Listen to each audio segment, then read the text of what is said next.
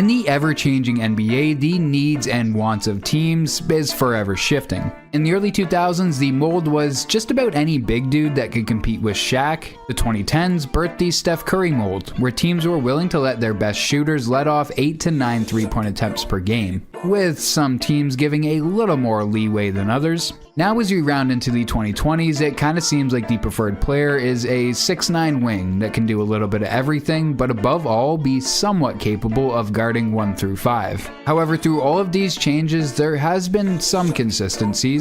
Mid-range assassins like DeMar DeRozan or SGA, the classic rim-defending big man like Rudy Gobert, as well as a class of players that is slowly dying out, the enforcers.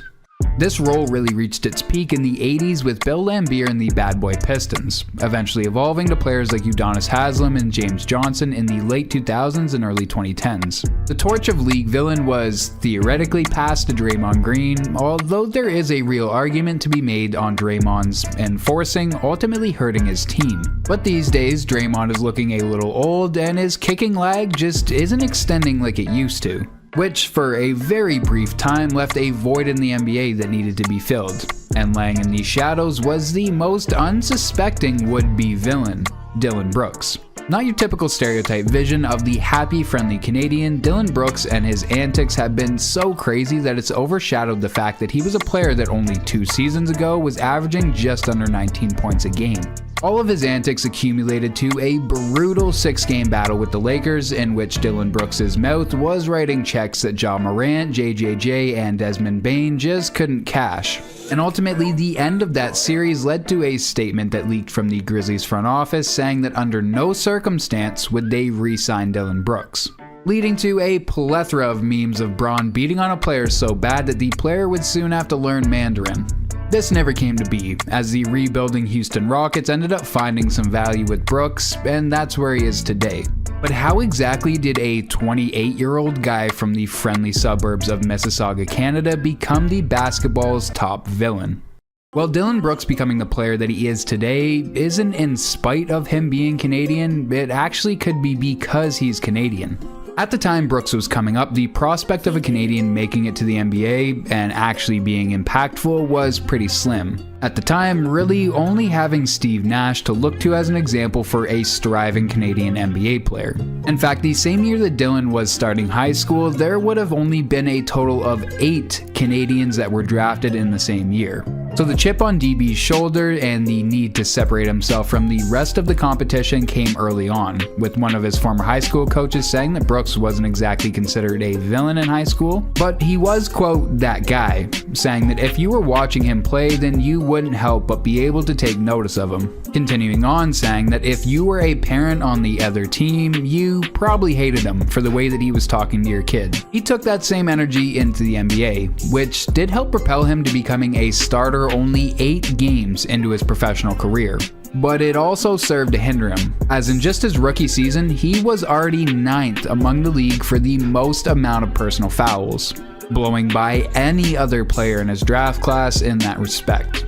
He unfortunately would only play 18 games of his sophomore season due to an injury in his right toe that would require surgery.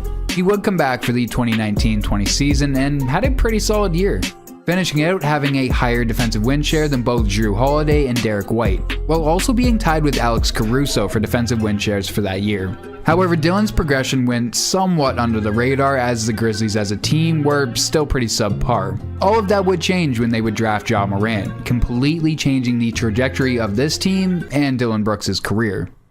In only 2 short years, they would find themselves matched up in the second round against the aging Dynasty Warriors, giving Dillon Brooks his greatest test to date in Draymond Green. And the battle was interesting, with most of it happening off court and on podcasts or interviews, with a few chippy incidences happening on court. The overall series was one of the more memorable series in the past few years, aside from the Draymond Brooks beef, but ultimately the Grizzlies were just a stepping stone for Steph and the Warriors on their way to get their 4th ring. This series for Dillon Brooks, however, would be a major turning point in his career, as leading up to this point his style of play was already garnering a reputation across the league and some fans, but after going toe-to-toe with Draymond, even casual fans had Dillon marked down as a villain. which then led to a media narrative, something that he's talked about on multiple occasions, almost leaning into that narrative. All of this came to head over the 22-23 season, pulling a Draymond Green move on Donovan Mitchell, except putting his own spin on a classic move, to even shoving a camera guy for literally no reason. And everything would come to a boiling point in the playoffs that year against LeBron and the Lakers, where Dillon Brooks would famously say that he doesn't respect someone until they give him 40, which LeBron admittedly hasn't done since Brooks made that statement. He got close this season, dropping 37, but still, the Lakers did blow the Grizzlies out by 40 to win the series in Game 6, so there's your little bit of irony.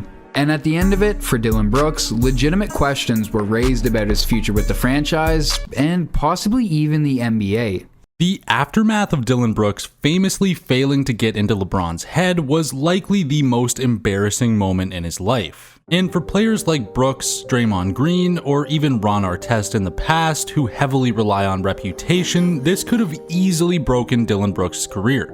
If a true enforcer starts talking smack and being aggressive, they better actually back that up, not become invisible and let the very player they tried to get into the head of pop off right back in their face. The hit to Brooks' reputation was so bad that a lot of fans genuinely believed that he belonged playing in China and had no place playing in the NBA. Beyond this, things only got worse for Brooks soon after losing that iconic series to the Lakers. The Memphis Grizzlies team morale had collapsed after Brooks had poked the bear, LeBron.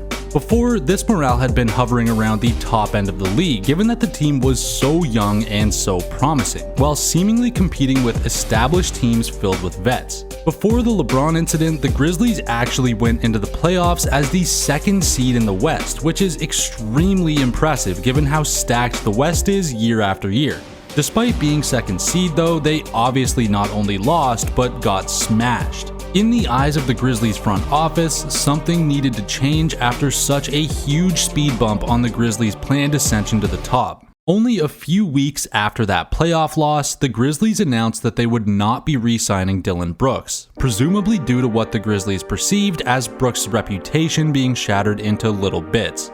It's also guaranteed that a number of teammates didn't appreciate Brooks putting all that extra pressure on them after smack-talking LeBron. The decision was probably easy. The thing with Brooks is that his eye test isn't very impressive. He's not very fast, he's a mid-shooter, not big or tall enough to be a menace on the boards. He's extremely streaky, the list goes on. The Grizzlies likely thought that they were ridding themselves of extra controversy and baggage, as the rest of the team would continue to improve and leave Brooks in the dust. So there Dillon Brooks was, at the lowest point of his career, all but kicked off the team he helped form the identity of. For someone not as mentally tough as Brooks, this could have actually meant a one-way ticket to China, especially since he's not anything close to an offensive superstar. Luckily, Brooks stayed believing in himself and never let the haters really get to him. After only a few months of what I'm sure was a nerve-wracking offseason for Brooks, the news dropped. Dillon Brooks had signed with the Houston Rockets and would be joining another new signing, Fred VanVleet, to make Houston a real threat on top of their exciting young core. It was a seriously good fit too. When Dillon was on the Grizzlies, it was still easy to think of him as that 23-year-old punk who was needlessly reckless on the court. Now with a few more years under his belt and the NBA equivalent of a near-death experience to chill himself out, Brooks seems to have really found himself on the Rockets, a team which is actually doing much better than expected, ending off the 2024 season with an even record at 41-41. Leagues better than his former team, the Grizzlies, at 27-55. With the unseen collapse of the Memphis Grizzlies, Brooks almost got lucky that they didn't want him anymore. He's arguably in a better position on the Rockets now, considering the clown show that the Grizzlies is at the moment. It's not just luck though. There's definitely something to be said about how Dillon Brooks type players are essential to team success. Hell, even the Golden State Warriors, known as being relatively soft during their reign, had Draymond Green on top of goons like Zaza Pachulia wreaking havoc every single night. Physical play and intimidation will always have a place in basketball. It's a game with a heavy mental aspect, and dirty defense will always be the #1 way to get into somebody's head, especially a pampered all-star. For his past year on the Rockets, Dillon Brooks was still a menace, but has managed to hone it in a tiny bit. He ended the year 4th in total personal fouls, which honestly shows a surprising amount of restraint for a guy like Brooks. And he really hasn't had any massive controversies over his dirty play compared to his previous stunts on the Grizzlies. Well, besides this revenge game on LeBron where Brooks was given a flagrant for smacking LeBron in the eye, in addition to an entire game's worth of dirty plays on Jared Vanderbilt. We'll give him a get-out-of-jail-free card on this one though. Can't cage the animal. The most important thing for Brooks this season is that he's proved he belongs in the league, and that he's not just a hack who makes his living pissing people off. Teams with Dillon Brooks on them have a trend of overperforming, and when Brooks is on a hot streak, he actually looks like a decent player offensively. He's on track to be a PJ Tucker type player who will be capable of hanging around and being a key role player until he's getting near 40. He may not be as physically strong as PJ, but he definitely more than makes up for it for his ability to be a menace to society. The key things for Brooks will be working on his shooting as he ages, as well as continuing to get stronger. Despite Dillon Brooks being a villain, players like him make the league way more entertaining to watch, and I'd take a guy like him on every team before I'd want to see 10 guys sprinting up and down the court, not touching each other at all like it's the All-Star game.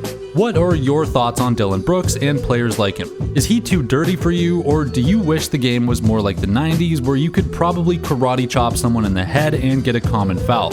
Either way, let us know in the comments, and if you enjoyed the video, make sure to drop a like. Maybe even sub if you're feeling that generous, and we'll see you next video.